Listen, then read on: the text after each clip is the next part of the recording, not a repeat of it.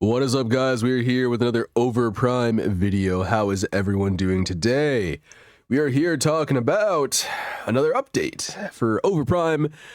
I'm excited to see what this is. I read a little bit of it, not everything, I think. I just know we're not getting anything major. This is kind of like a filler update, some nerfs, some pretty big nerfs. So let's see what you guys think about this. We do get some new skins. But yeah, let's get right into it. But before we start, if you guys do drop a subscribe and a like, I appreciate you guys' support as always. You guys are killing it, man. Actually give me some funds here, funding my Subway addiction. Appreciate you guys. And yeah, let's get right into the update. Greetings, Warriors. It's Paragon, the Overprime. Here are the details regarding the update patch. We'll ensure the best possible gameplay experience. We got two new skins. Chimera Grux, dude. I actually really vibed with this skin way back when. This is a repeat skin, by the way, if you guys didn't know. So yep, it's Grux Mera. I think Grux has one of Chimera. I don't remember. He probably doesn't. I feel like he does. His I like his axes, just the pure raw form of them. I think they're supposed to be Grux's skin, like his feet or something. But yeah, I like this skin actually. This might be what I'm wearing on Chimera. I wish they put more flair into like his body. Maybe give like some kind of like cool like no armor, or like just maybe Grux's skin here. But I guess he's supposed to be wearing his head, like he beat Grux. So yeah, this is the Chimera skin. And then you got Hot Rod or Burning Flame Howitzer. I'm pretty sure this was also a repeat skin. You got the cute little face of Howitzer, but you got the Hot Rod design. That's it for skins, sadly. Nothing major. No cool looking skins really, like that is like insane. So again, filler patch. We got some discounts, so you guys can read off all of this. But yeah, discounts. We got some nerfs though. Hero balance changes. So we got Countess Blood Ripple. It goes 10 base from the start as well as the end, so you got 10 damage off of that. The coefficient is adjusted by 0.1, so she's doing less damage with her Blood Ripple, which I believe is, I think that's her wave ability. Might be her right click, but I'm pretty sure it's a wave ability. Someone tell me what this is. Don't know. Definitely her right click, right? I don't know what her E for me is a teleport, which means I don't know. I changed my keybinds, so. But yep, whatever Blood Ripple is, it might be the teleport, it might be the Wave Ripple, could be the right click, but I don't think it's the Wave Ripple because it would be a lot higher damage because 275 base is not what it is. It's definitely higher than that. Her ultimate does 450 base. It's now down by 30 power, so her ultimate's hitting for less. Her Blood Ripple, whatever this ability is hitting for less. And her coefficient is down on the Blood Ripple as well. And her coefficient is down on her ultimate by 0.2. 0.25, 0.20, whatever, 0.2. And then her thirst cooldown has been increased. When Countess gets stronger by leveling up, she can defeat enemy heroes using her high damage output before they have a chance to react. We have adjusted her overall skill damage so that even when Countess is farmed, enemy heroes can still have a moment to counter Countess to some extent. A moment to counter Countess. I don't think his nerfs are going to do much. I think they do need to nerf her quite a bit. I don't know if nerfing her damage is necessary. I think some of the items are the problem. All mages are a problem right now, not just Countess. So these nerfs are kind of misjudged. I am shocked. Oh, I'll tell you later, actually. I think these nerfs are misplaced to an extent. I do think she needed the nerfs, don't get me wrong, but the itemization is a major problem. So this does help a little bit, I think, but I don't know. I don't think Blood Ripple's her Wave Ripple thing, so I think they need to fix that ability because it does way too much damage. It does literally ultimate levels of damage. And they did nerf her ultimate by 30 base, and they adjusted the coefficients. So I'm curious on how hard she's hitting with her ultimate now. We're going to do some training or testing in the training mode on the 15th, which is in tomorrow, I think, actually. So I guess we'll stream this, hopefully. I haven't streamed in like a couple of days. So we get Aurora. Oh no, dude, this can't be good. Frozen track Q skill has been adjusted, so it has a higher cooldown. So that's a nerf. We're in the nerfing territory here. Her right click is on 11.5 second cooldown. Her glacial explosion has a damage adjustment. Oh god, of whatever this is. I don't know how much this is, like 60, 70-ish. Oh god, I think it's 550. And then this is the big one. Her ultimate cooldown has been adjusted back to the way it was. This hurts a lot. This means you're not going to have your ultimate up every single time you basically back and come back. You always have your ultimate up for every fight if you're playing solo Aurora. Yeah, that's not possible anymore. So that's sad. She got majorly nerfed. Probably won't change her viability. She's still probably the strongest character in the game, aside from Greystone and Wukong, who, by the way, you see Greystone here. You can obviously say this is a nerfing patch. I'm glad they are taking the initiative, though, and nerfing these broken characters. I have been saying for decades that Countess, Aurora, and obviously Greystone have been just broken. These two specifically have been really broken. Aurora's been broken on release. They buffed her because she wasn't effective enough to people, but she's still going to be insanely effective. Don't think she's just out of the game. Same with Countess. They're still both pretty broken, but the nerfs are nice. Definitely needs more, though. Due to Aurora's shortened cooldown for her survival skills in the mid to late game, she's very difficult to defeat in combat engagements. Additionally, her ultimate was so powerful that it was difficult for enemy heroes to defend against her, let alone defeat her. Therefore, we've adjusted all of Aurora's skill cooldowns. I think they missed the mark with this. I think right click should have stayed the same. Maybe the track should have been long. I agree, maybe this should have been increased. I think this is missing the mark here. Why would they nerf the right click? It doesn't really do that much for you aside from like negate some fire and also tower dive, but it was really nice to have an ability that didn't make her just like this insane, like a support from Smite who has like 18 million second cooldowns. This is not going to feel good. I think the ultimate did need to change though. I think 100%. I think this was, they were smoking something when they nerfed it or they buffed it. So yeah, this is probably a welcome change. I'm surprised it's not 120 at, you know, level 3. But yeah, I think people started realizing Aurora is broken and now they're trying to like revert some of those changes. All right. So the king himself, Greystone. So we got his Q ability, which is nerfed by a whopping 12 damage. That is pretty significant, but to be fair, he doesn't need damage, so it's not that big of a deal, I guess. The cooldown has been adjusted, so now his Whirlwind is now on a 12-second cooldown. If you guys build Greystone the way I taught you to, go watch the guide, it doesn't matter at all. So unless they nerf Marauders watching this patch, it won't matter. So absolutely broken. The Knight's Path coefficient is nerfed. Again, this will affect his damage, but again, it doesn't matter in the grand scheme of things. This is a pretty decent nerf, but I don't know, I think the damage is that much of an issue.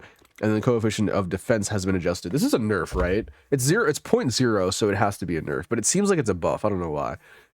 His Knight's Will E skill cooldown has been adjusted to 6.5, so that's a nerf. Obviously, that is his auto block, and his leap has been adjusted to 9 seconds instead of 8 seconds. Again, another nerf. None of this stuff actually really matters in the face of Marauders Watch. It doesn't matter pretty much at all. The damage, I guess, is adjusted, but again, you really didn't build damage on Greystone that much, so. All right, so then we got his ultimate skill, which is adjusted to 50%. I think this is a good change. I think this is a fantastic change. Earlier, he'll be less of a threat, and then when you get the second one at 11, he'll have the 40%, which honestly should probably be the level 3, but I do like having half of my HP. But this is a 10% nerf. This is very significant because it means he's at like a lesser HP pool. He's in, you know, range of like the coldest blow and stuff, and like this just helps a lot. Honestly, like I said, I could see this going to 45% at the end. I think he's a little bit too broken, but really good change. Definitely need the nerf 100%. And then his ultimate cooldown also got a 40-second cooldown increase. Honestly, I think it should be an 80-second cool. I think it should be 3 minutes. I think the cooldown's too short. I think this is still too short. Marauders Watch is just going to make it pretty invaluable. I mean, 40 seconds, ticking that off isn't going to be that big of a problem. It is more of an issue. It's a massive nerf from what he is now, but he's still the best character in the game, even with all these changes. I think he's easily still definitively the best character in the game, only rivaled by Aurora herself. And if you argue Countess or Shinbi, because they're high damage, and that's the end of the hero nerfs. So I'm surprised they didn't touch Shinbi. I know a lot of people struggle to play Shinbi. I know it's really hard for people to play Shinbi. They don't know where to play her or how to play her. But she's so broken that Countess gets nerfed, and though not massively, but Shinbi's just running around doing whatever she wants. I think it's absolutely ludicrous, considering they're just two of the strongest damage characters in the game. And I also think these nerfs on Aurora and Greystone aren't going to do much for their viability. I think they're still the top 2 characters in the game. Whether you want to say Greystone's better, Aurora's better, it's just like both of them are just must picks on teams now. All right, Star's Grace. So we got defense 50 from same thing, so 300 health, same thing, cooldown increase, and tenacity. So it's now a CDR. Honestly, I thought it did. I'm surprised it didn't. I feel like this. I thought the item always had it on there, but I guess not. And then it also costs less gold. I guess this item was seeing 0 play, so I mean, makes sense. The item wasn't that great. It's a good magic defense rush item now. I mean, 2,500 gold and with 10% CDR, it's a pretty good item. So I might build it.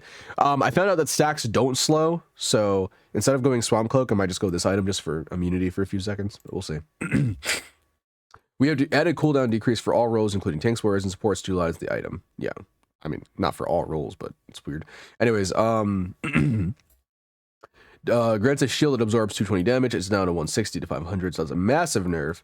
500 on average, and it scales to level. You're only doing the 160. I think this item did need some sort of nerf, but it wasn't broken because you just wait out the shield. I feel like you're still gonna wait out. They just need a shield breaking item. I think this item is fine with the shield.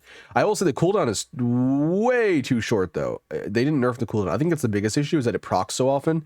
Nerf the cooldown by like 40 seconds, you know? Like, the item's just too strong. I do like that they nerfed the gold though, so people just stop buying it, because it's fucking obnoxious them first iteming this and then losing lane and complaining to me about it. Do not first item this item. It is not worth it. They say it here, actually. The fastest item was purchased, which is untrue. The easier it is to widen the gap with the enemy rangers while posing a big threat to the junglers. We've adjusted the price and effect to lower ranges early game stat advantages. This is wrong, by the way. I don't know what they're smoking. I know a lot of characters or players, even high-level players, again, high-level players, build this. It is wrong. If you go this first and you're fighting someone with an actual brain, they will kill you. They will kill you every single time. You will never win this first item if someone has a crossbow or like the jewelry box, or even the assassin star. Probably now at this point, you will never win. You will, if they hit every shot and you hit every shot, you will never win. You will get out traded. You won't have enough damage unless you crit every shot. You will die. So not a good first item. The shield will not save you. The support, you're going to get chunked more than anyone else. You only have 30 power with this item. And if they have crossbow, you're also not attacking like ever. They're out trading you, which is what I recommend. Unless you're Revenant. Revenant doesn't build this first for a reason. He wants power. Not good. Not a good first item. Good second item. Not a good first item. It does not work. It doesn't work on Sereth, who's the strongest physical damage character in the game, probably in terms of just raw auto attacking. It doesn't work on her. It doesn't work on anyone. Does not work on any carry. It's safe, but safety isn't going to get you victory. So, all right. Anyways, Fendero's Flask got a buff. It got a 2% crit buff, so it stacks the same and everything. It's just 2% extra. So it's 3 times, so you get 30%. So I think the item by base gives you, I think it's 25% or maybe 30%. I don't remember how much. It's a lot. They give you a lot of crit, so you get a lot of crit rate for this item now. Still probably not going to be bought really at all. You don't need to crit 100% of the time. It's just not worth it. But yeah, so just literally like, there you go. Revenant might build this actually like first or something. Again, sword is still way more value. Gold is nerfed by 100, so it's at 30, or buffed, I guess, 3,400. So there you go. Guardian of Hylian got a buff of 5%. Makes it easier to counter rangers. A decent buff. Again, it's good physical rush. I don't really build this item anymore. High end still way higher value, but I think it should be like 45%, honestly. I think that would make tanks a little bit too strong against crit, but nullification is really strong against tanks, so. Artificial Gravity Inductor has a 5-second cooldown now instead of a 4-second one, so that's nice. So, again, I think this item should be like 7 seconds, honestly. It'd be kind of broken, but it's just, I don't really use this item ever. It doesn't last long enough for me. 5 seconds is a good time, but I think 7 would be really, really nice. It's too long of a shutdown, but the cooldown could be lengthened for that. Holy Relic of Asin, so now it has a 50% movement speed instead of and 2.5 second increase, so it's longer. This might be a really good item on like Rev or something when he's trying to get away from like Countess, because it does cleanse you or removes debuffs. Also Aurora, this is also a good thing against her because it has magic defense. Yeah, really good. This is crazy to me. 2,300 gold. I used to build this item a lot just because it had CDR and stuff before there was like a bunch of. This item is insanely cheap now. This might, again, when you're thinking about finishing a build quickly and just rushing items, these cheap items that have so much power, and also it's anti-heal, super easy to get now, super nice, very, very like good price for it. Mage's or Sage's Whip also got 90 whopping power. That's a lot of power and a gold decrease. Surprised they got 15 extra power, and then it also got 50 gold off. Super cheap item. Every time you need anti-heal, there's really no excuse to get this now. Before it was like, oh, it didn't have enough damage. Well, it has less health and more damage now. There you go. Does more damage. Oh, now Flare's ID. Whew, all right. Grants a shield that absorbs damage equal to 25% of max mana. So it is now from 25% for 3 seconds. 100 once every 100 seconds. 30% of max mana now. When you get 30%. Every or 80 seconds. Once every 80 seconds. So 20 seconds off. So it got buffed. And for 4 seconds. So it's a 4-second instead of a 3-second. It also got a gold nerf. This item is absolutely, I always say, if you're dealing with a one-shotter, you have to build Flare's ID. Like, I've played like games where I'm Bellica or I'm Countess or I'm Shinbi, and there was just games where I just had, like, if there was someone who just could just pin me down, there was such a good player, you have to build Flare's ID. It is the equivalent to, it's crazy, they buffed that, but they nerfed this. Just kind of funny to me. But yeah, this is a must-have on any kind of high burst thing. Like if you're fighting a Bellica, you pretty much need this item, or you're trolling. It does give technically you more mana, unfortunately, so she's going to counter you a little bit harder, but there is a cap now, so might as well build it anyways. Yeah, we've adjusted the effects and pricing to encourage caster and support. I don't know about that one. Heroes to consider purchasing the item. I don't know about support heroes, although the price is pretty low now, so maybe honestly, I mean, it's pretty freaking cheap. It's a good survivability option for you, so I could see like Muriel building or Decker even. Not sure about that one, but it's a nice cheap item now. Very strong. Very, very strong item for negating stuff. This is something you'd build like last or fifth or something, but like super strong. Other improvements. Improved the frame drop issue that occurs after being in a game for an extended period of time. So this is something over time. It's not just caused by Iggy and Greystone, but it's probably like stacks with those effects. Add a description for skills that apply unblockable status. Kalari, Twilight E skill. That is her, I think, her teleport. Counter Shadow Ripple skill. I don't know what that is actually. Is this her wave ripple or is this a right click? Her wave ripple could be interrupted. So it must be her right click. And then her R also can't be interrupted, which we already knew. And then Aurora's dash, which we also knew, could not be interrupted. So there's actually a status description for skills that apply that. Really nice. Very just nice, again, quality of life stuff. I'm glad they actually acknowledge that these are supposed to be unblockable, because people were fucking like, wait, Aurora, her wall, not only is her wall, it's also a barrier. If you could block projectiles with it. So it's not just like, you can't even pierce through it with like piercing abilities. It's insane. Fix an issue in competitive matchmaking where a gold rank player joined a party with silver or bronze. Matchmaking would be based on the highest rank in the party, which was just imbalanced. Fix an issue where matching occurs with platinum rank during placements. That's competitive fixes. Fix a random crash issue on heroes with floating effects when moving. I don't know what that was or means. A frame drop occurs when Iggy and Scorch uses Firework Festival. Iggy and Scorch would be temporarily disabled. Oof. During this temporary period, players cannot purchase Iggy and Scorch or Iggy and Scorch skins. Wow, they actually disabled the skin purchases. I guess they're trying to be like noble. Hopefully they can fix this soon, but thank fucking God. Fuck this character. Everyone plays this stupid, annoying character and breaks my FPS. They always suck. They never do good. And it's super annoying to like actually have to experience them. So there you go. Iggy is disabled. Thank God. But hopefully they can bring it back in the game. And also rework his fucking kit. God damn, it's so bad. It's like bad but good, you know. But yeah, that's it. I hope you guys enjoyed the patch notes. There's not much here, unfortunately. There will be a live test server for the content creators. I don't think for the public. And even if it was for the public, honestly, I wouldn't even hold my breath because they fucked it up so bad last time. But look out on the 19th, I believe, at night. It's going to be on the 19th at night at some point. We're going to be live with Adele. And other things, hopefully, if we can get games going. If we can't, unfortunately, we'll just look over the patch. I'll put a video out and play on the live server.